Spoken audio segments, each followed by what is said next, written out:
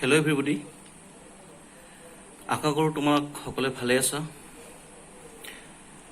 So ইয়াৰ আগৰ ক্লাছত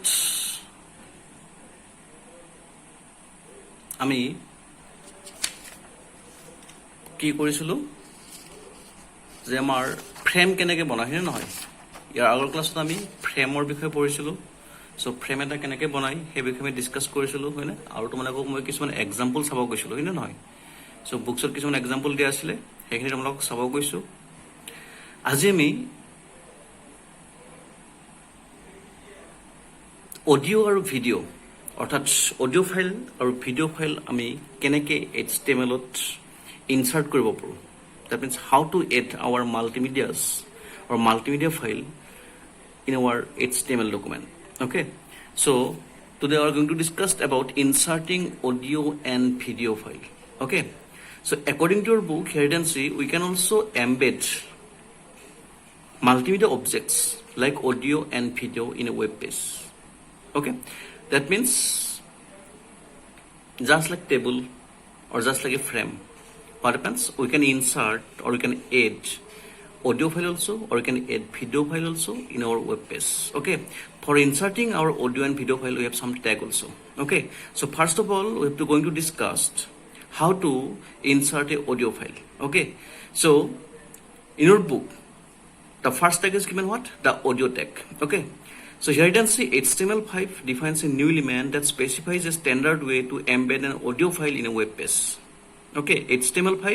defines a new element that specifies a standard way to embed an audio file in a web page. That means in HTML5, that means HTML and HTML5 both are actually scripting language. Okay, HTML5 is the upgrade version of HTML. Okay, so in HTML5 what happens, we can easily insert or we can easily add a standard audio or video file in a web page. Okay, so by using audio tag we can easily insert or we can easily add a audio file in our web page by using HTML5. Okay, and in your book some attributes are given of audio tag. The attributes is first one is given, that is autoplay. Autoplay means the description part is given, plays the audio file automatically when the web page is loaded. Okay, so one attribute is there. That attribute what belongs from which tag? Audio tag. That name of the attribute is autoplay. Okay, that means when you use this attribute, that time what happens, that time your audio file should be automatically played when you open your web page. Okay, so when you open your web page or when your web page is loaded, immediately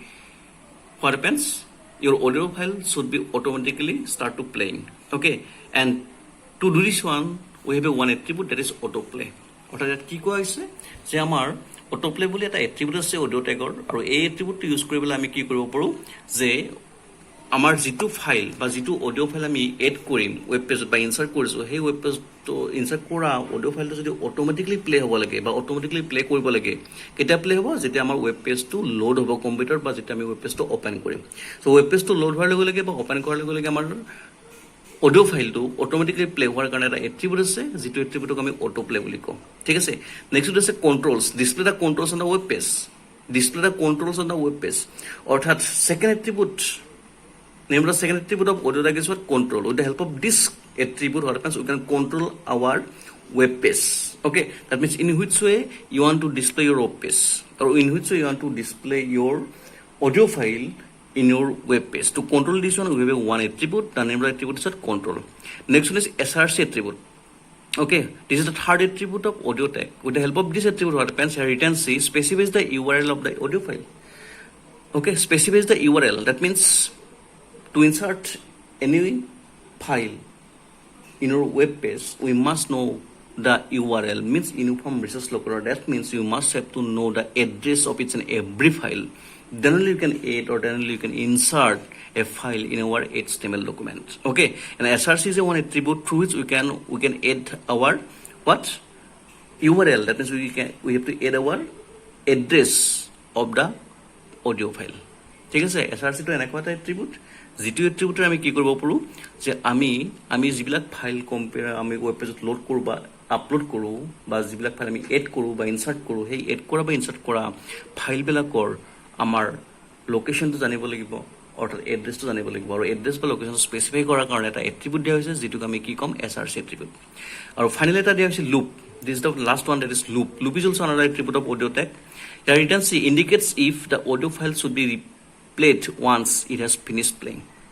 that means if you want to play the same file multiple times okay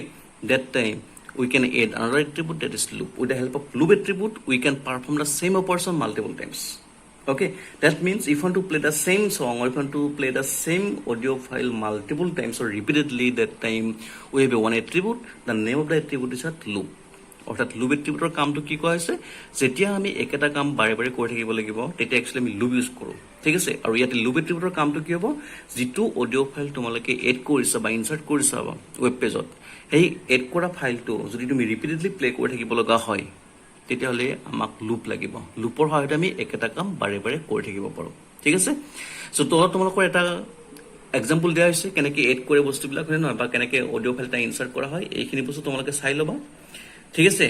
তাৰ তলত দিছো তোমাৰ video' tag ঠিক আছে ইয়াত লিখা আছে the video tag is used to insert a video file in an HTML document just like audio what happens we can add or we can insert a video also in our web page also and for inserting video we have a one tag the name of the tag is what video tag okay so by using video tag we can insert video in our web page and by using audio tag we can insert audio in our web page okay so just like audio the video tag should have also some attribute the first attribute is given SRC same SRC means what it always specifies the address it always specifies the URL of the video which you want to edit or which you want to insert in your web page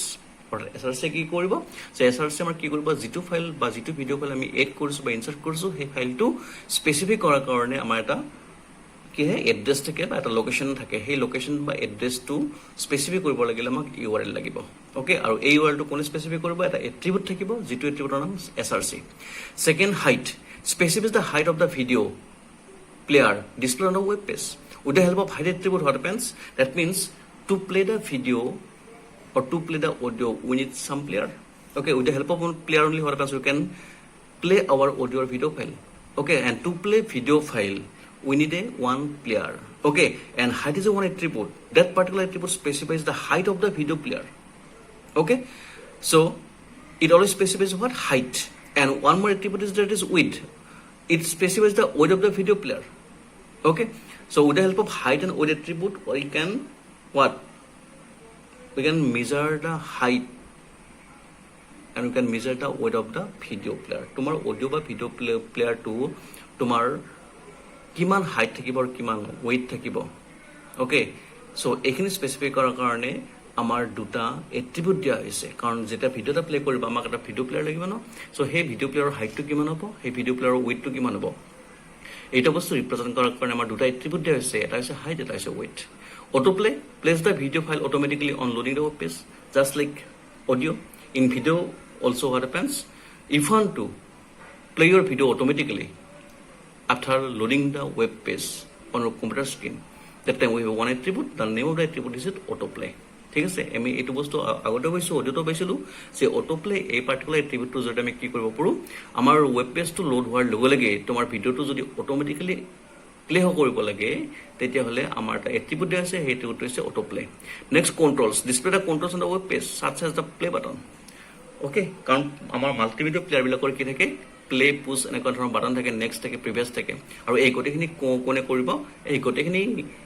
কাম কৰাৰ কাৰণে বা এই গোটেইখিনি button আমি স্ক্ৰিনত display কৰাৰ কাৰণে বা স্ক্ৰিনত আমি এড কৰাৰ কাৰণে বা ইনসাৰ্ট কৰাৰ কাৰণে এটা এট্ৰিবিউট দিয়া হৈছে এটো কি বুলি কয় কন্ট্ৰোল বুলি কোৱা হয় ঠিক আছে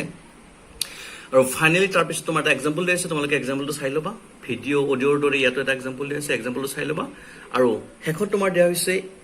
এমবেড টেগ okay এই টেগটোৰ কামটো কি হয় চাই লম এতিয়া we can also add an audio or video file to an HTML document using embed tag also that means by using audio tag we can add or we can insert audio file by using video tag we can insert or we can add video file okay in place of audio or video tag one more tag is there the name of the tag is embed tag with the help of this tag we can what we can add audio file also we can add video file also in our HTML5 document okay and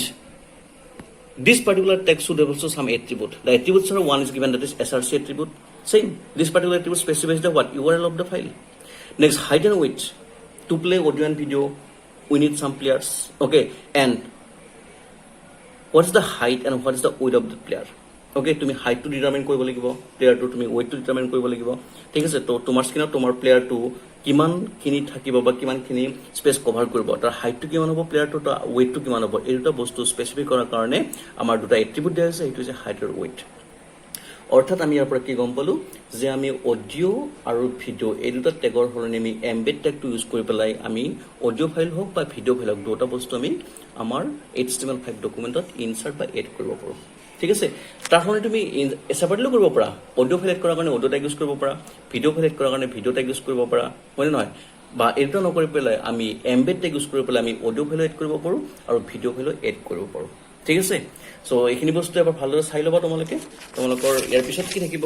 example এটা দিয়া আছে, যেনেকৈ audio' টেকৰ আমাৰ এটা example দিয়া আছিলে, video' টেকৰ এটা example দিয়া আছিলে, সো এইটো এক্সাম্পল দিয়া আছে, তোমালোকে এক্সাম্পলটো এবাৰ চাই ল'বা, ঠিক আছে। সো আজি আমি ক্লাছটো ইয়াতে শেষ কৰিম আৰু ইয়াৰ পিছত হয়তো বুজাব লগা নাই, কাৰণ ইয়াৰ পিছত আমাৰ কি হৈছে এক্সাৰচাইজ পাৰ্টটো আহি গৈছে, অৰ্থাৎ আমাৰ এই চেপ্টাৰটো ইয়াতে শেষ হৈছে। আমাৰ থিয়ৰিটিকেলি শেষ হ'ল, প্ৰেক্টিকেলি আমাৰ শেষ হোৱা নাই বস্তুবোৰ, হয়নে নহয়, আমাৰ চেপ্টাৰটো থিয়ৰিটিকেলি শেষ হ'ল, প্ৰেক্টিকেলি আমাৰ বস্তুবোৰ শেষ হোৱা নাই, চেপ্টাৰবোৰ আমাৰ থিয়ৰিটিকেলি আগবাঢ়ি আছে, প্ৰেক্টিকেলি হোৱা নাই বস্তুবোৰ, হয়নে নহয়। চ' আমি প্ৰেক্টিকেলি কৰিব লাগিব যেতিয়া আমাৰ অফলাইন ক্লাছবোৰ হ'ব, আৰু তোমালোকে ঘৰত কৰি চাবা, এক্সাম্পলবোৰ দিয়া আছে, হয়নে। ঠিক আছে বাৰু, আজি ইয়াতে ক্লাছটো শেষ কৰিম, যিহেতু আমাৰ চেপ্টাৰটো ইয়াতে শেষ হ'ল। নেক্সট ক্লাছত যদি হয় পচিবল হয় তেতিয়াহ'লে মই কুৱেশ্যন এনচাৰ্ছবোৰ দিম, আৰু যদি পচিবল নহয় তেতিয়াহ'লে আমি নেক্সট চেপ্টাৰটো হয়তো ষ্টাৰ্ট কৰিম, অ'কে। চ' অ'কে দেন